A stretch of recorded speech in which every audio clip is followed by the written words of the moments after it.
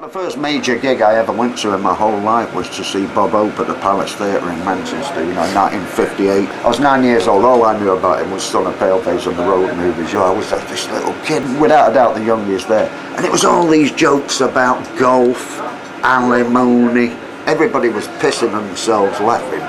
And I just got swept along with it. I just thought he was the funniest guy alive. And that's what made you want to become a performer? I think that must have had a lot to do with it. The fact that he never smiled and all these people were fucking cracking up. Yeah. And he's just like... I got into Edgar Allan Poe first. The first one I sneaked into was in 1961. It was The Fall of the House of Usher.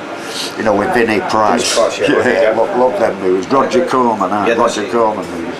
I saw all in Edgar Allan Poe movies. I thought they were fucking terrifying. And then I got into reading his books and that, and the language, the high-flown Victorian language. It was all sort of connections, isn't it? You know what I mean? And then I read that Baudelaire was his big champion in Europe. You know what I mean? He translated all his stuff into French. Yeah. He was a mega fan of his, So then I thought, oh well, Baudelaire must be good then, you know what I mean? And when I was in the teens, I checked him out as well. Funny how one thing leads on to another. I got a book in Les Fleurs du Mal in English, translated, and I thought this is fantastic. But how do you know whether it's a good translation or not? How can you tell that if you don't speak French? And then when I finally met my the woman who is now my wife, I actually memorised The Vampire in English. In English, it was great, and I fucking give it her in English. I give her The Vampire in English, and she says that's a fantastic translation. It was a great bonding moment. I did like Adrian Henri's. I did because it sort of mentioned everyday stuff. It was a kind of validation because that's what I was writing anyway. And I just thought, is this a bit folksy, a bit parochial or something? And then, maybe I should be a bit more high-flown. I did have a bit of a crisis there. Because all the stuff I'd learned at school, was all like really proper poetry. Sir Henry Newbolt and people like, the sand of the desert is sodden red with the wreck of a square that broke, the Gatling's jammed and the colonel's dead. The regiment blind with dust and smoke, the river of death has brimmed its banks, and England's far and honour's a name, but the voice of a schoolboy rallies the ranks. Play up, and play the game.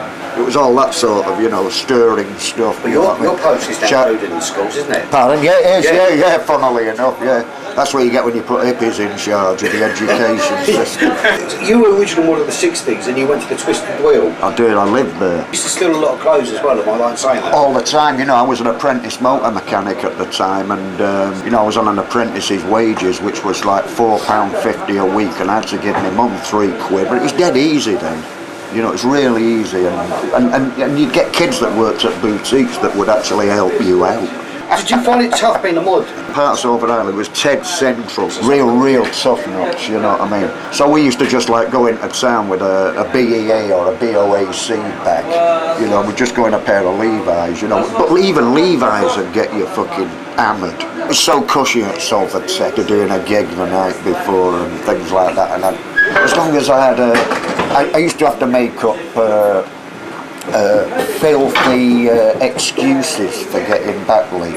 There was this guy that was in charge of clocking you in, and if I could keep him entertained about, I tried to get home early, but this bird, and it would be like, he'd be pumping me, oh yeah, and what happened then, and if I could make it dirty enough, Robin Asquith, I convinced the foreman that I led this kind of Robin Asquith kind of life. Confessions of a Confessions of a performing poet, you know what I mean?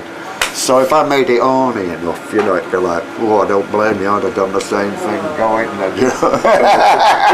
And famously, you introduced to punk by Howard the Photo and Pete Well, it was his idea that I did punk gigs, because I was doing like places like Mr. Smith's, this club in Manchester, that was like catered for young adults, young married couples, and you'd have people like Shirley Bassey was on there, Matt Monroe, You know, Tony Christie, people like that had been the main act, you know what I mean? And then they'd have a couple of other acts. A bit like the wheel tappers and shunters, you know what I mean? That sort of thing.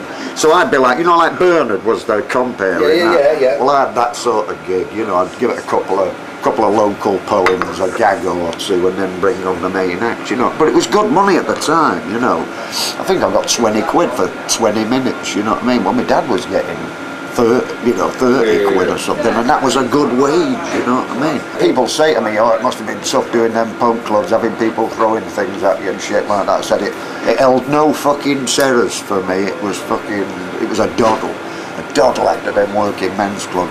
Frank was solid gold all the way. He was a great songwriter and a fabulous singer, and I was always telling him to sing, you know what I mean? Sing the stuff, you know, do your stuff, Chris. Because the Freshies were great, weren't they? Chris Sievey and the Freshies. He kind of invented power pop. Remember power pop? Really, Squeeze. He wrote them sort of songs, you know. Gritty kitchen sink, little vignettes, you know what I mean? Like, you know, the Kinks or Squeeze. What's it like new generation of fans, like the Arctic Monkeys and Plan B? Thanks to them, both of them two guys. Great eyes. But I love them both. I love what they do. And to have them dropping my name all over the place, it's all good. I mean, you know, how could I complain about that, you know? It's great. It's great to get recognition from people who you yourself admire, innit? You know what I mean? Exactly. You can't buy that kind of kicks. Plan B, he's producing and directing a film.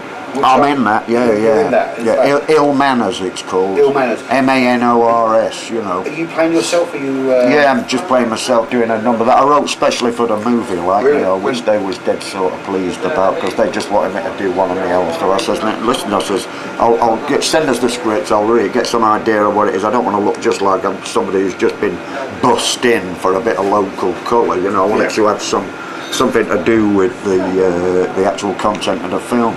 So I wrote this piece called Pity the Plight of Young Fellows. It takes all my acting ability. It was written for me. The part was... It's the part I was born to play.